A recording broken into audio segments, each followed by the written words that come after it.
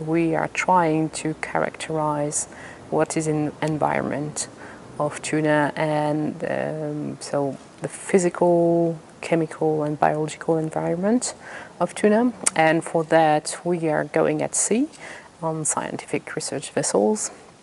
And as a chief scientist, I need to kind of organize all the trip.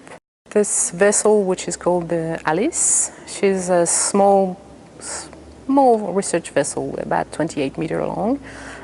Still, it's a very crowded vessel. We have about 12 crew members, officers and crew members, and there's a space for 6 scientists coming on board. As a chief scientist, I'm in charge of the biology of the micronectons, so the small fish and prey of the tuna.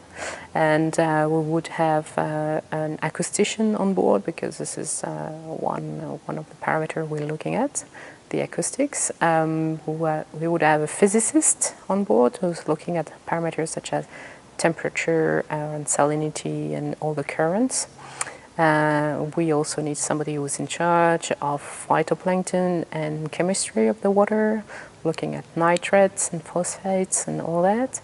We also need somebody who is in charge of the zooplankton, because this is another part of the work we're doing. And finally, we have an electronician who is making sure all the gear is working properly. In science now, we have a lot of modeling happening, so and models is a very useful tool. But at some stage, you need to ground proof them. You need to make sure that the model is telling you what's happening really into the ocean.